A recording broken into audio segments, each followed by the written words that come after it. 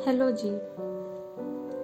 काफ़ी समय बाद आपसे मिलना हो रहा है। तो आज कोई कहानी तो नहीं है, बस कुछ बातें हैं और हमेशा की तरह सवाल जवाब का सिलसिला है।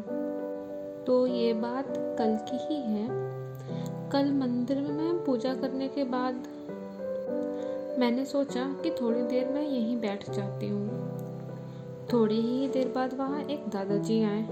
वो भी वहीं मंदिर की सीढ़ियों पे बैठ गए। कुछ देर बाद उन्होंने हालचाल पूछा, कैसी हो बेटा, और काम कैसा चल रहा है। और फिर एक सवाल पूछा, तो फ्यूचर का क्या प्लान है। मैंने भी बोला, आगे दादाजी मैं जॉब ही कंटिन्यू करूँगी।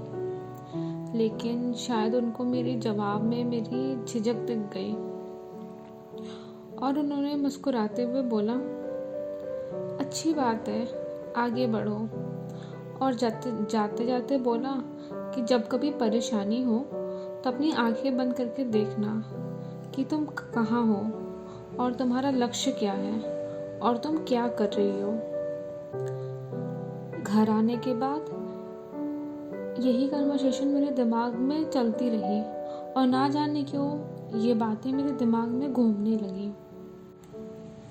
और फिर मैंने कुछ ज़्यादा सोचा नहीं और बस अपनी आंखें बंद की और खुद को ढूंढने लगी। और मैंने खुद को एक अंधेरे जगह पे पाया जहाँ पे मैं अकेली थी। फिर थोड़ा आगे चलने पे ये पाया कि कुछ लोग मशाल लेके जा रहे हैं। उनके मशालों से मुझे थोड़ा बहुत रास्ता दिख तो रहा था, लेकिन अभी भी कुछ साफ दिख नहीं रहा था। लेकिन कुछ दूर ऐसे चलने के बाद मुझे समझ में आया कि मुझे अब खुद अकेले ही चलना पड़ेगा और खुद के लिए रास्ता बनाना पड़ेगा। और अब अपने रास्ते पे चलने के लिए रोशनी भी खुद ही करनी पड़ेगी। ये तो बस मेरी समझ थी। अब आपसे ये पूछना था कि आप मेरी जगह होते तो क्या करते। धन्यवाद।